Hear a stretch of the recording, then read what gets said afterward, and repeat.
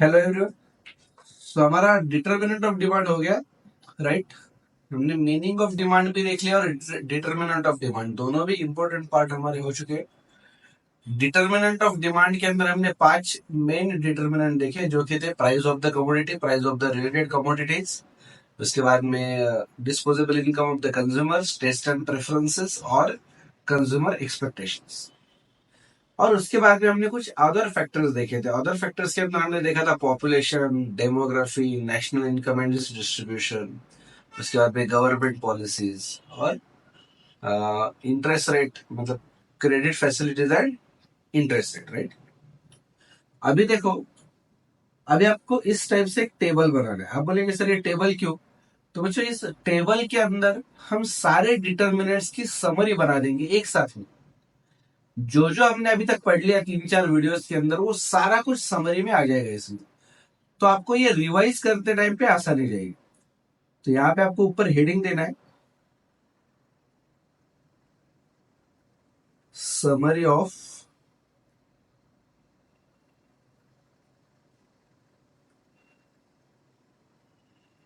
Determinants of demand. ठीक है, यहाँ पे लिखेंगे अपन डिटर्मिनेंट, ये होगा डिटर्मिनेंट ऑफ डिमांड। यहाँ पे होगा इंक्रीज इन डिमांड,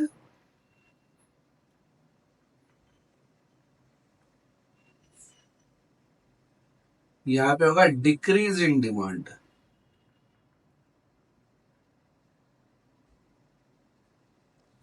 ठीक है, चलो। अच्छा, एक काम करते हैं, यहाँ पे एक सीरियल नंबर का भी बना लेते हैं, तो एक ट्रैक भी रहेगा कि हम क्या क्या देख रहे हैं। ओके,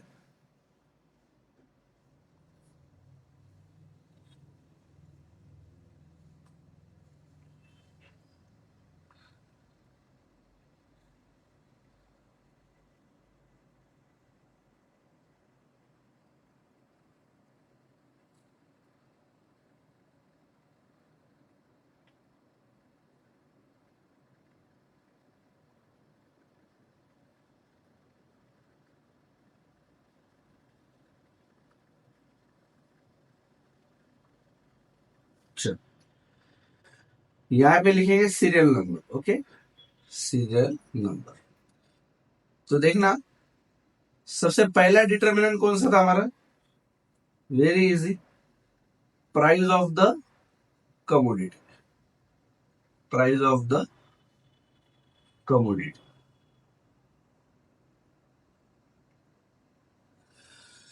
मुझे बोलो, प्राइस ऑफ द कमोडिटी में क्या चेंज होना चाहिए तब डिमांड इंक्रीज होगा? प्राइस ऑफ द कमोडिटी में क्या चेंज होना चाहिए तब डिमांड इंक्रीज होगा? Price of the commodity decrease होनी चाहिए, डिक्रीज। करेक्ट, तब क्या होगा? Increase in demand. And price of the commodity अगर इंक्रीज हो जाती है तो it will be an decrease in demand. बराबर है? आ रही है में ये कैसे वर्क हो रहा है? देखो, यहाँ पे अपन लिख रहे हैं डिटर्मिनेंट्स क्या क्या है। ये जो हमारा यहाँ पे लिखेंगे डिटर्मिनेंट क्या है, ये होगा डिटर्मिनेंट के अंदर क्या इंपैक्ट आ रहा है? डिक्रीज। तब जाके क्या होने वाला है? Increase in demand. Price of the commodity अगर इंक्रीज हो गई तब जाके क्या होगा? Decrease in demand. ठीक है, तो इस टाइप से देखेंगे आप। डिटर्मिनेंट पे जो चेंज आने वाला है, डिटर्मिनेंट के अंदर जो बदलाव आने वाला है, वो अपन आगे लिखेंगे। ठीक है, चलो नेक्स्ट देखो। सेकेंड, प्राइस ऑफ द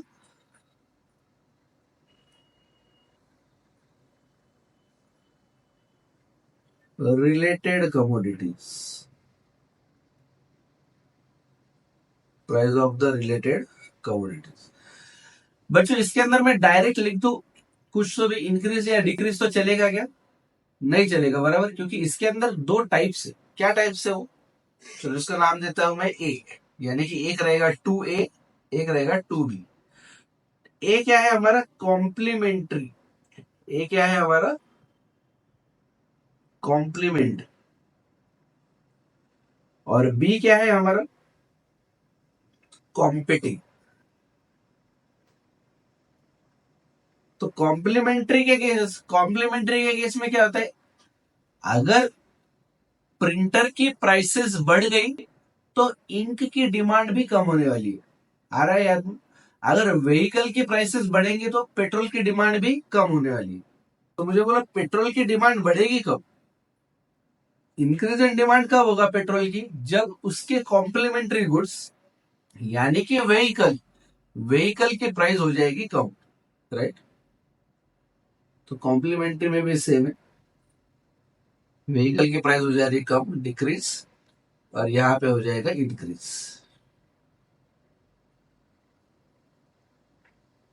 ठीक है। कॉम्पिटिंग के अंदर क्या है? अगर चाय की प्राइस बढ़ जाती है तो कॉफी की डिमांड बढ़ जाती है। तो कॉफी की डिमांड बढ़ने के लिए चाय की प्राइस बढ़ना जरूरी है, राइट? तो कॉम्पिटिंग के केस में क्या होगा? इंक्रीज।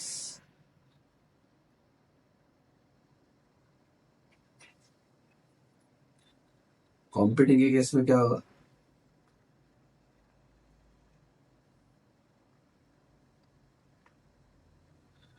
इंक्रीज। और यहाँ पे होगा डिक्रीज। अगर चाय की कीमत कम हो गई तो कॉफी वाले लोग भी चाय पे शिफ्ट हो जाएंगे, मतलब कॉफी की डिमांड कम हो जाएगी, right? So that will decrease in the price of tea will cause decrease in the price of demand. आ रहा है ध्यान में आपकी? चलो, ये हो गया सेकंड। अभी देखना थर्ड। तीसरा क्या है हमारा? Disposable income of the consumer. Normal general rule क्या है इसका? एक अंदर में लिखता हूं जनरल रूल, ठीक है?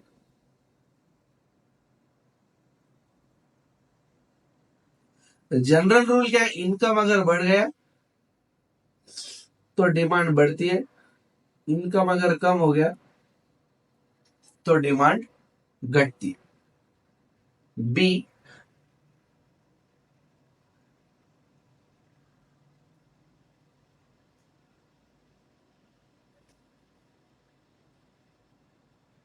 बी में देखूंगा किसके केस में? Inferior commodities.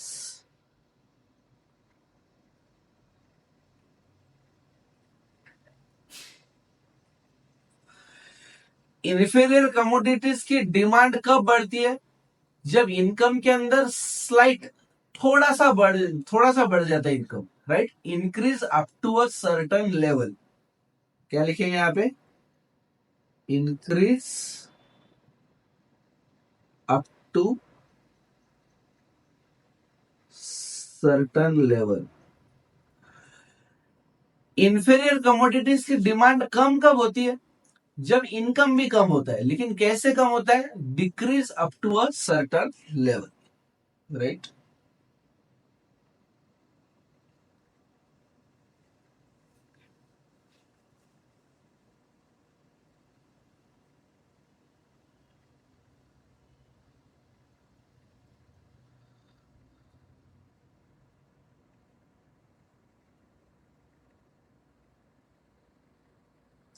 एक सेकेंड, एक second. Decrease up to a certain level मत लिखो,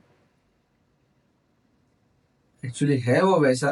पर पहले ये पूरा कर लेते अपन। इंफीरियर कमोडिटीज के केस में डिमांड इंक्रीज कब होती है? जब increase up to certain level. जब उसके बियॉन्ड इनकम बढ़ जाता है, जब उसके बियॉन्ड बढ़ जाता है इनकम, तब क्या होता है? डिमांड कम हो जाती है। वो वाला इफेक्ट पहले लिख लेते हैं अपन बाजू में। डिक्रीज इन डिमांड में लिख लो increase beyond certain level, right? क्या लिखे यहाँ पे? Increase beyond certain level. तब क्या हो जाता है? उसकी जो डिमांड है वो घट जाती है। ये कब देख रहे हैं अपन? जब इनकम बढ़ रहा है, ध्यान से सुनो, जब इनकम बढ़ रहा है तो up to a certain level तक क्या होगा?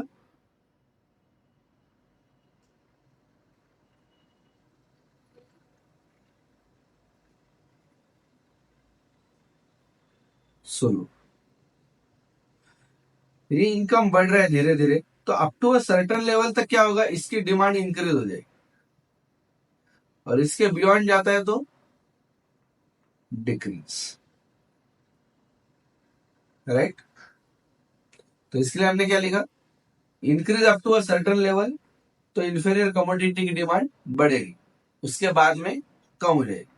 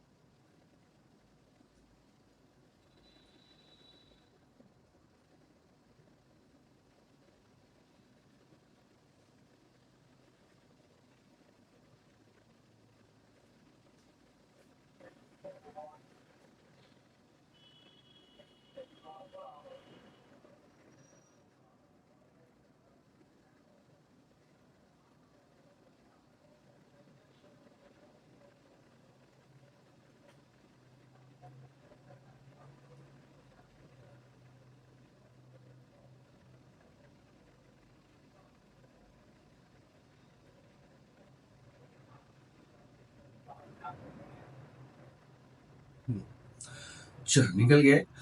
तो जब इनकम बढ़ रही है हमारी, तब क्या होता है? Increase up to a certain level तक डिमांड बढ़ती है, उसके बाद में अगर ये इंक्रीज होने लग गया तो इसकी डिमांड कम हो जाती है। वैसे जब इनकम कम हो रहा है हमारा, तब क्या होता है बच्चों की, थोड़ा बहुत इनकम जब कम हो जाता है ना, तो कोई इसको फर्क नहीं पड़ता, बराबर ना? जो कोई बंदा नॉर्मल गुड्स कंज्यूम कर रहा है, उसका अगर इनकम थोड़ा बहुत कम हो गया, उसको कोई फर्क नहीं पड़ेगा। लेकिन अगर उसका इनकम बहुत ज्यादा कम हो गया, तब क्या हो जाएगा? उसका ये डिमांड बढ़ना चालू हो जाएगी। तो मैं यहाँ पे क्या लिखूं? इसकी डिमांड बढ़ेगी कब? इनकम जब घटने वाला है तब डिमांड कब बढ़ेगी? जब इंक्रीज बहुत ज्यादा होगा, सॉरी, डिक्रीज बहुत ज्यादा होगा, right? Decrease beyond, decrease beyond certain level. और उसके बाद में क्या होगा? अगर और भी ज्यादा, मतलब और भी थोड़ा बहुत इनकम कम हो गया, तब इंफीरियर कमोडिटी की डिमांड कम हो जाएगी, है ना? जो नॉर्मल गुड्स कंज्यूम कर रहा है, उसका इंफीरियर गुड्स का डिमांड ही तब आएगा जब उसका इनकम बहुत ज्यादा कम हो गया। अगर थोड़ा बहुत कम हो जाता है तो वो अंदर नॉर्मल गुड्स ही कंज्यूम करते रहेगा, वो इंफीरियर पे शिफ्ट होने ही नहीं वाला है। आ रही बात ध्यान में आपको? इंफीरियर पे शिफ्ट कब होगा वो? जब उसका इनकम बहुत ज्यादा डिक्रीज हो जाएगा। आ रहा है क्या ध्यान में? इसके लिए देखो, अगर increase up to a certain level है, या फिर डिक्रीज बियॉन्ड सर्टेन लेवल है, तब इंफीरियर की डिमांड बढ़ेगी। और इंफीरियर की डिमांड कब कम होने वाली है? जब इंक्रीज बियॉन्ड सर्टेन लेवल है, या स्लाइट डिक्रीज, या स्मॉल करो, स्लाइट से अच्छा, यस, याद में रखने को मुश्किल है, स्मॉल डिक्रीज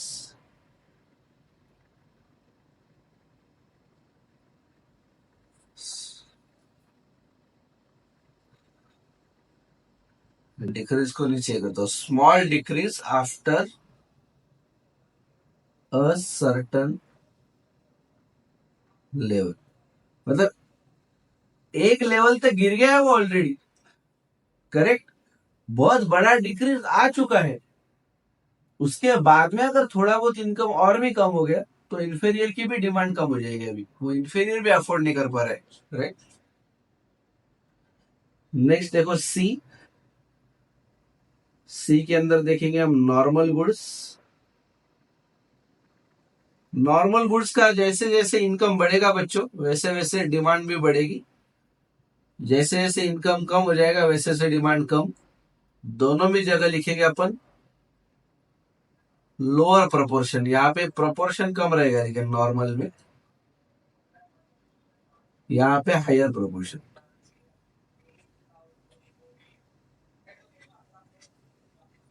ठीक है। नॉर्मल के अंदर आगे इसमें लिखना इसेंशियल, इसेंशियल या फिर जिसको हम बोलते हैं नॉन ड्यूरेबल, नॉन ड्यूरेबल, ठीक है। डी लिखो, नॉर्मल के अंदर, नॉर्मल गुड्स के अंदर कौन सा, ड्यूरेबल या लग्जरी या प्रेस्टीज, इसके अंदर अगर इनकम बढ़ेगी तो डिमांड बढ़ जाएगी, इनकम कम होगी तो डिमांड भी कम हो जाएगी, लेकिन यहाँ पे रहेगा हायर प्रोपोर्शन, यहाँ पे क्या होगा, हायर प्रोपोर्शन, हायर प्रोपोर्शन। यहाँ ऊपर गलती से मैंने हायर लिखा, ये लोअर चाहिए, सॉरी, एक्सट्रीमली सॉरी। इसेंशियल के अंदर दोनों भी जगह प्रोपोर्शन लो ही रहने वाले, गिरने का भी प्रोपोर्शन कम रहेगा, बढ़ने का भी कम रहेगा, तो ये लोअर ही आएगा दोनों जगह, और ड्यूरेबल और लग्जरी के अंदर हायर प्रोपोर्शन रहेगा, राइट। चलो यहां तक हो गया सबका, चलो नेक्स्ट देखते हैं।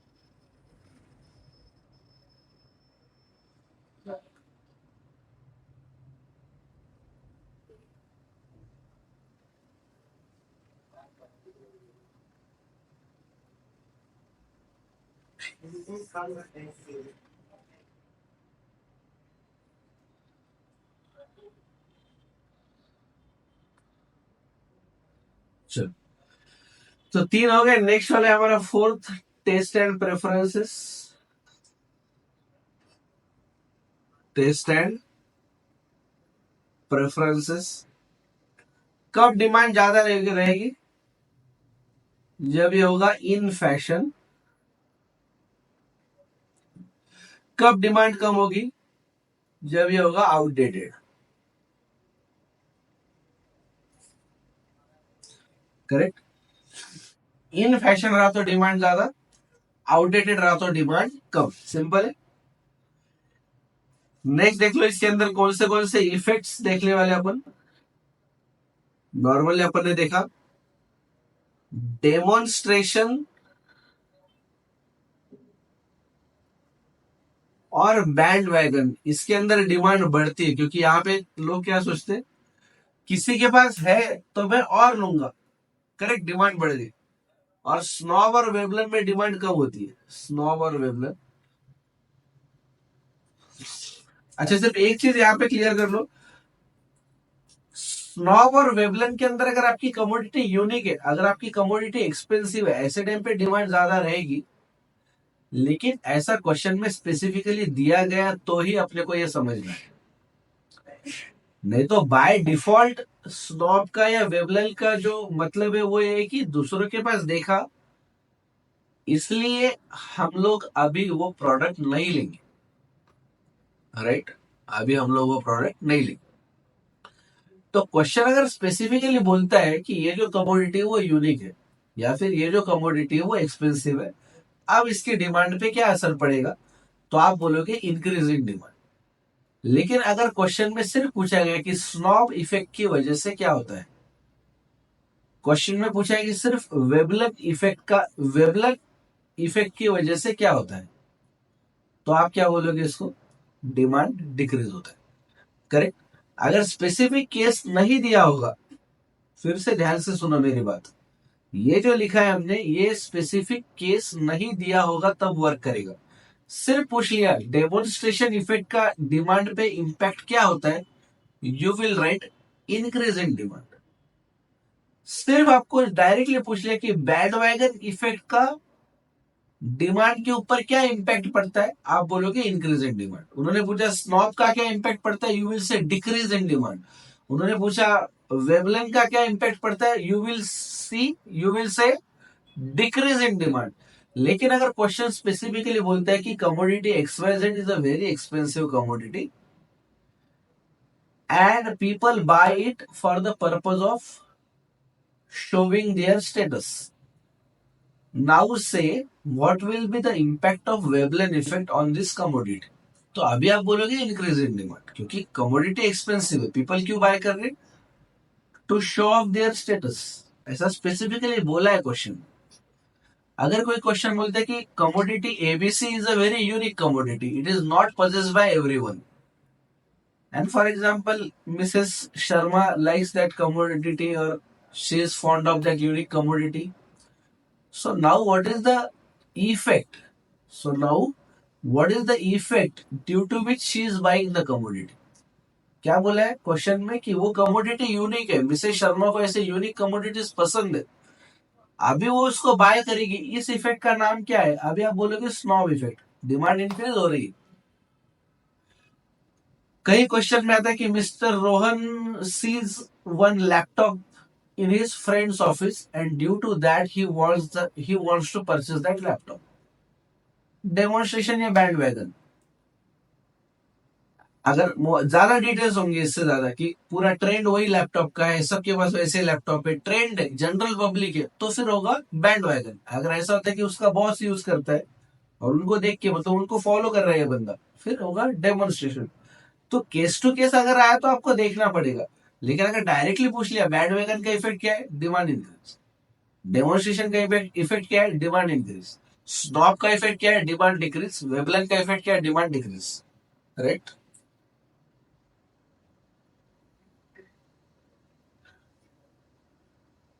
नेक्स्ट देखो fifth,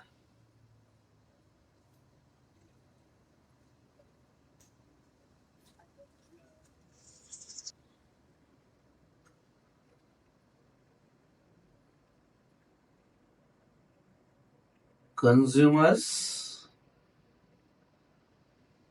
future expectation.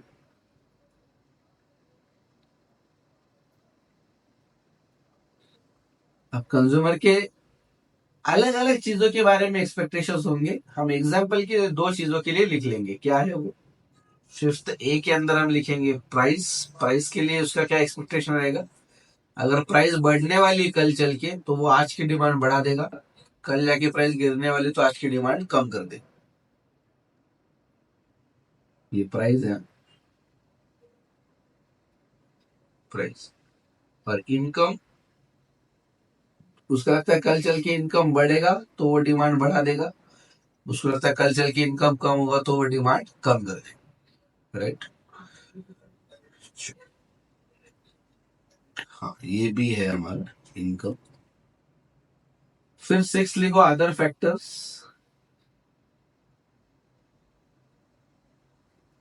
Other factors के अंदर सिक्स में लिखो ए। पहला क्या था, अदर फैक्टर पॉपुलेशन। अगर हाई पॉपुलेशन है तो डिमांड ज्यादा, अगर लो पॉपुलेशन तो डिमांड कम। बी था हमारा demography. Demography,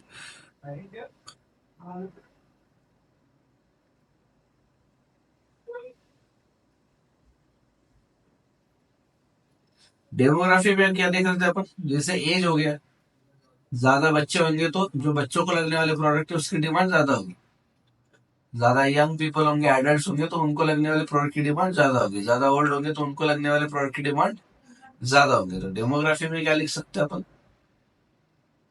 favourable age group और अनफेवरेबल एज ग्रुप, कि तुम्हारा फेवरेबल होगा, जैसे तुम्हारा जो प्रोडक्ट है वो है समझ लो टॉयज है, अब तुम्हारे लोकेलिटी में अगर बच्चे होंगे ज्यादा तो उसकी डिमांड बढ़ेगी, अब सब ओल्ड पीपल होंगे तो वो लेंगे ही क्यों टॉयज। कभी कहीं कभी कभार अगर गाँव जा रहे होंगे तो उनके बच्चों नाती नाता पोतों से मिलने वाले होंगे तो उस टाइम पे लेके जाएंगे, वो नॉर्मली तो नहीं लेंगे ना। तो इसके लिए यहाँ पे हम लिखेंगे फेवरेबल पॉपुलेशन, फेवरेबल पॉपुलेशन, या एज ग्रुप लिखो, फेवरेबल एज ग्रुप, समझने के लिए आसान हो जाएगी। एक सेकेंड,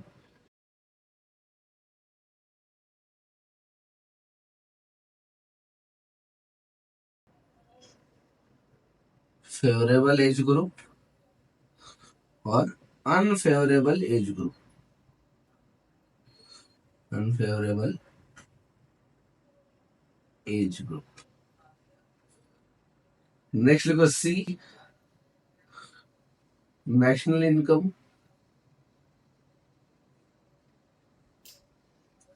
नेशनल इनकम अगर ज्यादा होगा तो डिमांड ज्यादा, नेशनल इनकम कम होगा तो डिमांड कम। डी लिखो distribution of national income, distribution of national income,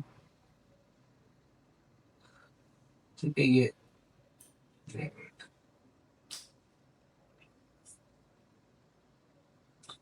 national income है, डिस्ट्रीब्यूशन ऑफ नेशनल इनकम। अगर ये फेयर होगा, अगर ये इक्वल होगा तो डिमांड ज्यादा, अगर ये अनफेयर होगा, इनइक्वल होगा, करेक्ट, इनइक्वालिटी अगर बहुत ज्यादा है सोसाइटी के अंदर, अगर इनइक्वालिटी बहुत ज्यादा है तो डिमांड रहेगी कम, ठीक है।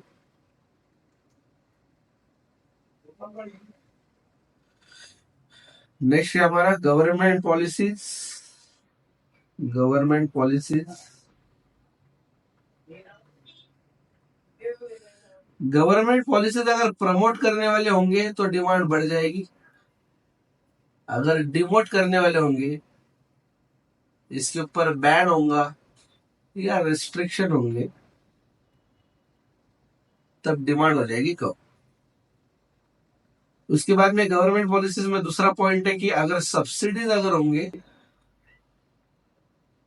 तो डिमांड बढ़ेगी, अगर हेवी टैक्सेस लगा दोगे तो डिमांड कम हो जाएगी, राइट।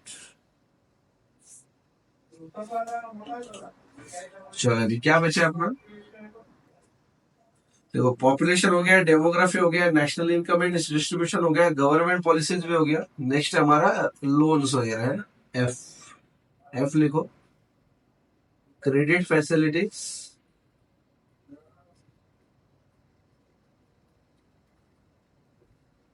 और जी लिख लो interest rate, interest rate. Credit facilities कैसे होंगे तो डिमांड बढ़ेगा बच्चों, क्रेडिट फैसिलिटीज होने चाहिए आसान, इजी, लोन का प्रोसीजर जो है वो इजी होना चाहिए तो डिमांड बढ़ेगी, अगर डिफिकल्ट होगा तो डिमांड कम हो जाएगी, राइट। इंटरेस्ट रेट अगर कम हो गए तो डिमांड ज्यादा, अगर इंटरेस्ट रेट ज्यादा है तो डिमांड कम, ठीक है। आ गया ध्यान में आपकी, चलो कर दो ये टेबल कंप्लीट, हो गया ये। आप देखो कितना अच्छा हो गया ये टेबल, अगर आपने निकाला एक बार, इसको भी आपने रिवाइज कर दिया तो आपका पूरा का पूरा डिटर्मिनेंट पूरा रिवाइज हो गया है, राइट। हमारा पर्पज ही यही है कि जो भी हम पढ़ेंगे उसको आसानी से रिवाइज भी कर सकेंगे, कर मतलब करते आना चाहिए बात, तो अभी पढ़ते टाइम पे मजा आ रहा है, लेकिन एग्जाम के टाइम पे रिवाइज ही नहीं कर पा रहे तो कोई मतलब ही नहीं। हमारा नोट्स बनाने का वगैरह पर्पज ही वो है, so that we should be able to revise properly and write correct answers in the exam, right ना? नहीं तो सिर्फ यहाँ पे पढ़ के क्या करना है अपने को? ये सब कुछ आपको एग्जाम में लिखते आना चाहिए, right?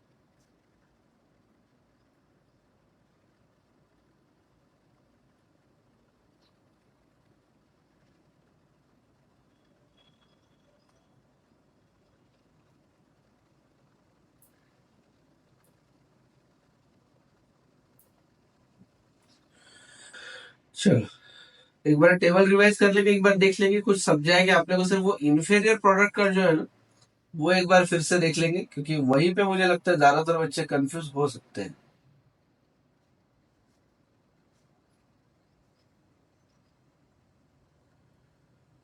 So we will see that once and then we will wind up the lecture.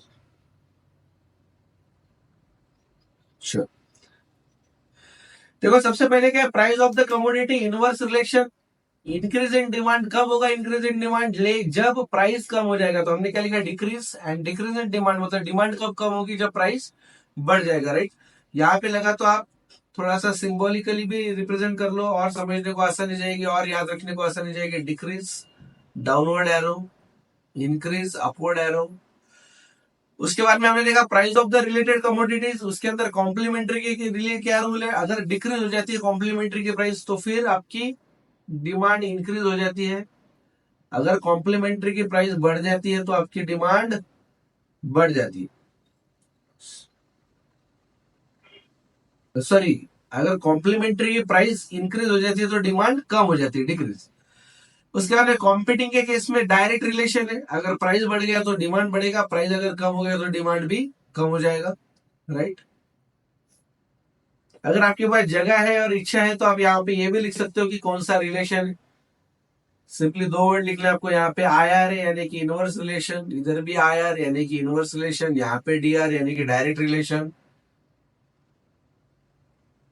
थोड़ा ऊपर नीचे हो गया नहीं, आप प्रॉपरली लिख लो इसको, ठीक है? उसके बाद डिस्पोजेबल इनकम, यहाँ पे जनरल रूल जो है वहां पे क्या होने वाला है? अपना डायरेक्ट रिलेशन ही है, राइट?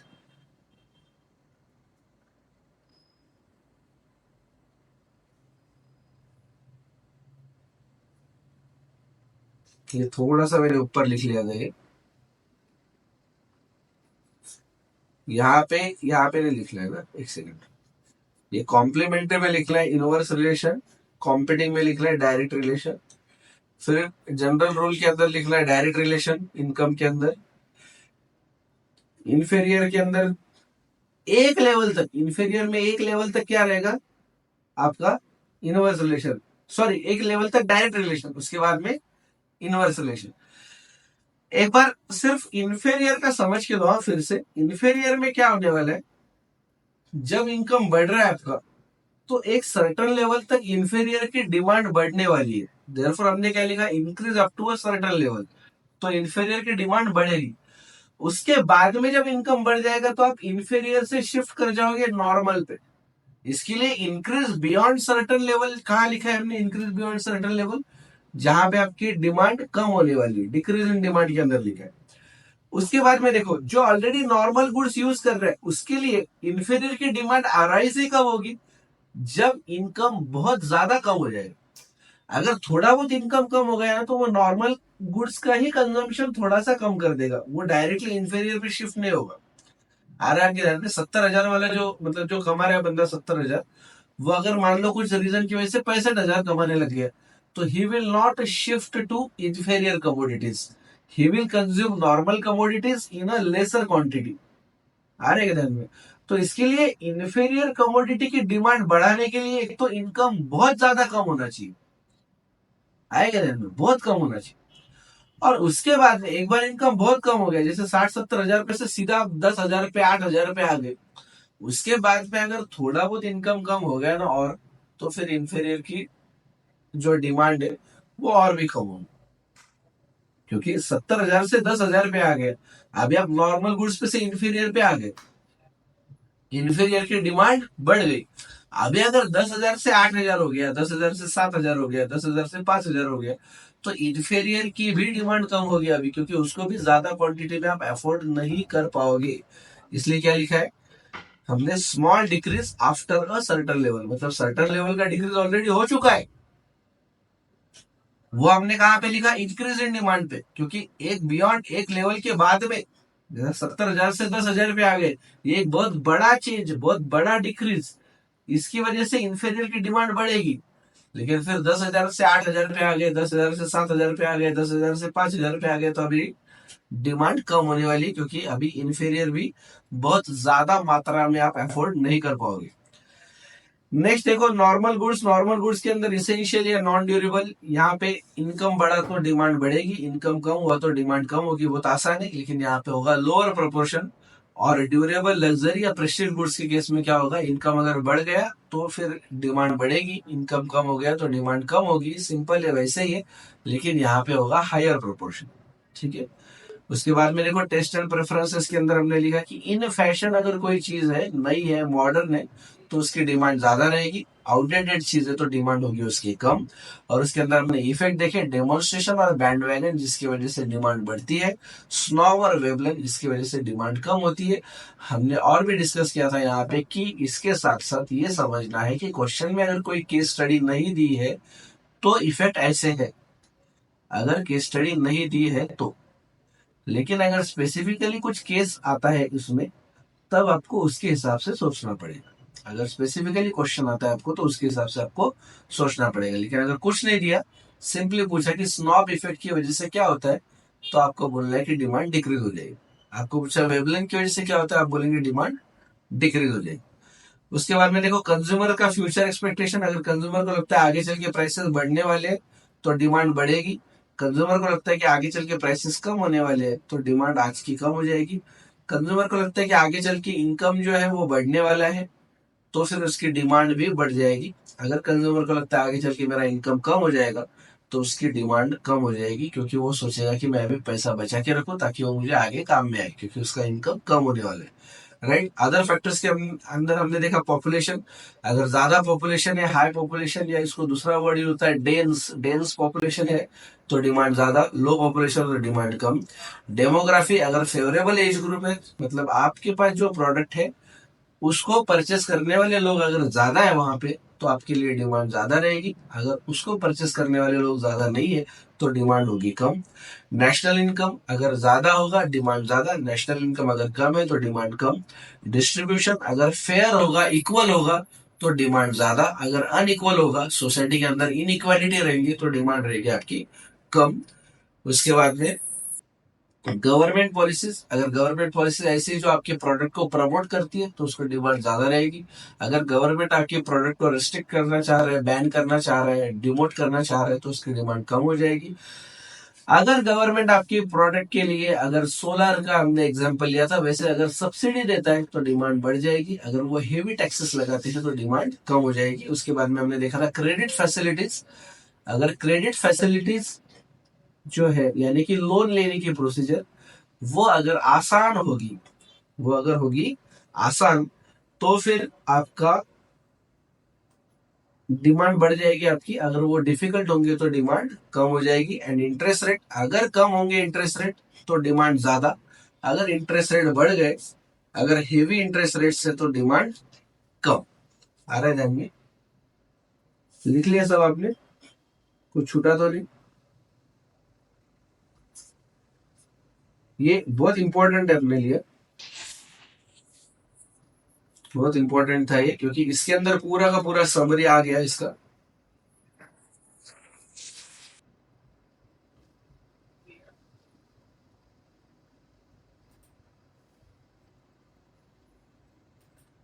आईसीआई मॉडल में हमने देख लिया था। एक बार फिर भी देख लो, एक बार अपने नोट्स की कुछ लिखना रहे तो नहीं गया ना अपना।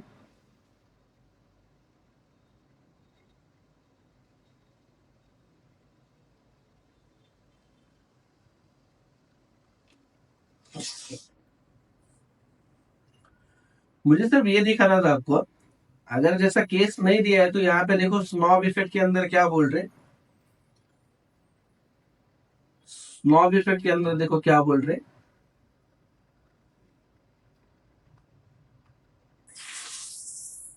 ये देखो, ये है हमारा स्नॉब इफेक्ट। इसमें क्या बोल रहे हैं, it leads to decrease in demand of a particular commodity. ठीक है, क्योंकि स्नॉब और वेवलेंथ में क्या बोलता है कि किसी के पास है वो कमोडिटी, अब मुझे वो नहीं चाहिए, अब मुझे वो नहीं चाहिए, नहीं चाहिए, नहीं चाहिए, नहीं चाहिए, मतलब डिमांड कम। ठीक है, वैसे वेवलेंथ का ही, वेवलेंथ में अगर सस्ती हो गया प्रोडक्ट, सबके पास दिखने लग गया, तो फिर वो बोलते हैं मुझे नहीं चाहिए अभी, मत दो मुझे। राइट। तो इस तरीके से ये होता है। आ रहा है क्या ध्यान में आपको? कुछ डाउट्स है इसमें?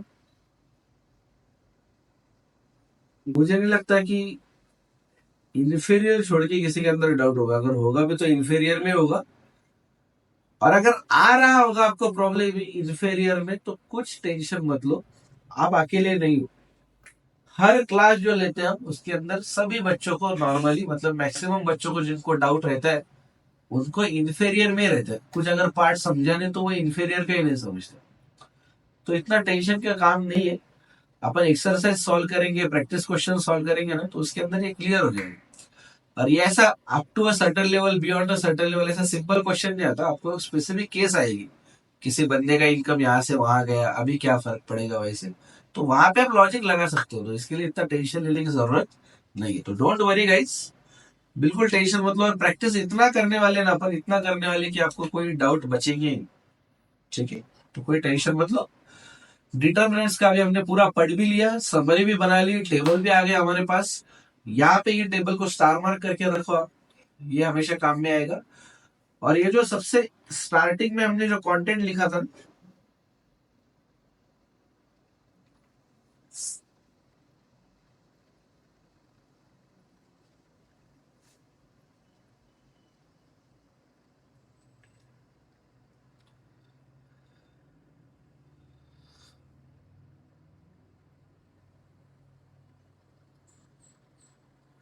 ये कंटेंट लिखा था ना अपन ने, वहां पे आओ। अभी हमारा पूरा हो गया ये, वी आर डन एवरीथिंग, पूरा खत्म। ठीक है, ये पूरा हो गया, डिटर्मिनेंट्स ऑफ डिमांड हमारा हो चुका है कंप्लीट। और एक काम करना है अभी आपको, ये जो टेबल बनाया है ना आपने, अभी जो टेबल बनाया ना 2 मिनट पहले, उसका देख लो पेज नंबर कौन सा है, वो यहाँ पे डाल दो। यहाँ पे लिख लो समरी ऑन, ताकि ये आपको रिवाइज करते टाइम पे आसान हो। Summary on page number, page number आपका जो भी पेज नंबर होगा, 6 7 10 11 12 जो भी रहेगा, वो यहाँ पे डाल दो, ताकि ये फटाफट आप उसको रिवाइज कर पाएंगे बात। ओके, समझ आ गया ये बात? चलो फिर मिलते हैं नेक्स्ट वीडियो में। अभी अपना लॉ ऑफ डिमांड से स्टार्ट करेंगे, 1.3 लॉ ऑफ डिमांड। ओके, तुम्हारा डिमांड का बेसिक सब हो गया, डिमांड हो गया, डिटर्मिनेंट्स ऑफ डिमांड हो गया। अभी नेक्स्ट वाला देखेंगे लॉ ऑफ डिमांड। ठीक है, तो गाइस मिलते हैं नेक्स्ट वीडियो में। This is C A Chaitanya Bhavkar signing off. Bye bye.